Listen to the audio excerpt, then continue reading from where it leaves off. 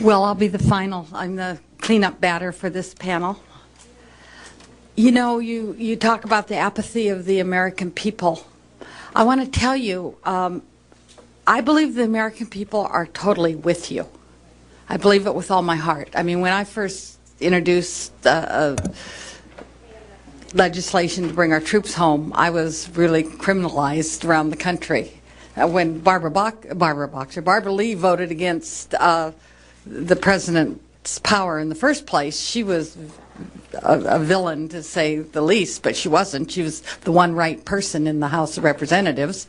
But I think what the people of this country, they feel shame for how we treated the Vietnam veterans, as we should feel shame. But the apathy that's there, knowing they support you but not knowing what to do, belongs here in the House of Representatives. We are the ones that get hired, elected, to lead the way on how to bring our troops home, and we know how to do it, but we want the rest of the Congress to catch on. And we are the ones who have to help ensure that your benefits are intact, that your life gets back together. And I can tell you that this GI Bill, you know, we do this day in and day out. There's Marcy Kapter from Ohio. She's here now. But the three of us, the four of us, and Sheila Jackson Lee was here, we never stop working on these issues. But I learned something today. I mean, I love it that you've brought so much to us. The light bulb went on, we can pass this GI Bill and there's going to be a whole bunch of action to keep people out of it so they won't get coverage. Yeah. Well, you've got the front here. We're on to it. So we're going to fix that for you. But my question for you, if you can answer this, how do you individually deal with your own grief? I love it that you talk about what the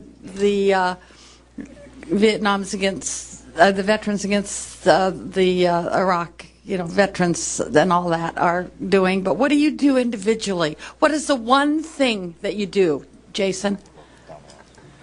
Thank you, Congressman, for your question. Well, let me say that when I first exited the Marine Corps, I sought PTSD counseling at the VA hospital in Long Beach, California. I had sessions there with a psychology intern from September till December of 2006. She then told me that my psychology sessions were going to be terminated because she was moving to a different ward of the psychology unit there at the hospital where she would work with vets who have terminal illnesses, because they rotated interns throughout every department in the VA to get them the breadth of experience. I then submitted a letter to my congressman, the Honorable Ed Royce, to stop my termination. He then did, or whatever happened, my sessions were allowed to continue. In any event, she eventually left her internship, and I moved to a program called the Soldiers Project that works in the Los Angeles area. And it's basically a group of PhDs in psychology who provide their services to veterans for free. And so that's what I did. And I guess the other thing really is that I serve in Iraq Veterans Against the War, and I try to right as much as I can the wrongs that I've made. And that would be the best answer I could give you. Scott?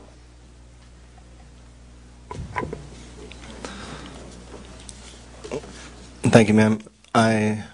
For me, I think being involved in IVAW has been very important. I think I have felt an obligation to do something to try to make up for the moral debt I think that I've personally incurred. Beyond that, for me, I think I am actually going to school, so academics has played a big part in my getting over it, and I'm actually doing research into various parts of Army life and moral psychology and stuff like that, so that's also been very helpful. Thank you. Well, as most of you have seen me in these halls, it's usually in one of these black t-shirts. And you ask, what do I do to recover? I get to wake up every morning, put on that black t-shirt, and work to bring the troops home and take care of it when they get home and make sure that Iraqis receive reparations. That is what keeps me going. It gets my head off the pillow every morning and makes sure that when it goes down there very late at night for the couple hours of rest that I get to, as one of my heroes, Harry Chapin, said, sleep the sleep of the just. Because what we do every day in Iraq Veterans Against the War keeps me going. Thank you. Thank you. Christopher? After being removed from the Army involuntarily, I received very little help getting into the VA. I received no training on how to collect compensation, which I believe that I'm going to be entitled to. And I didn't contact the VA for a couple months until I fell into a pit of depression.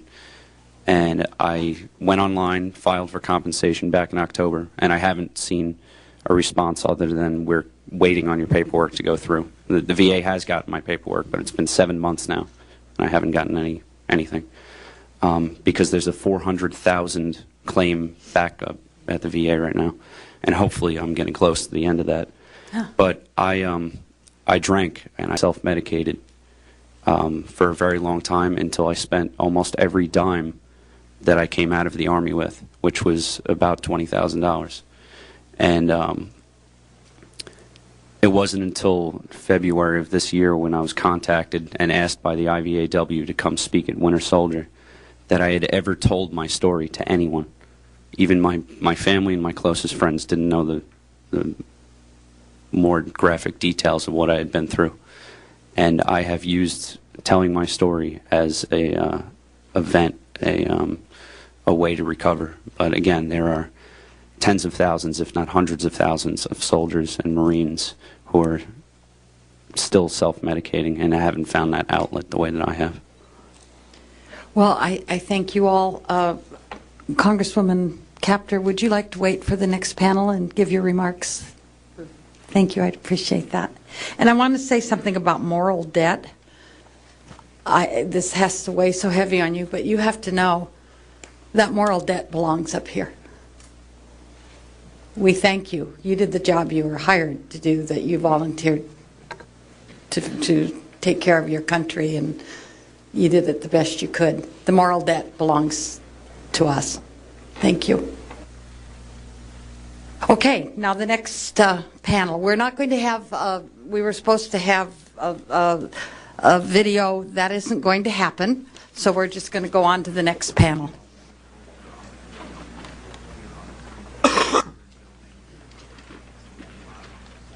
Here in the middle of the Congress, you know.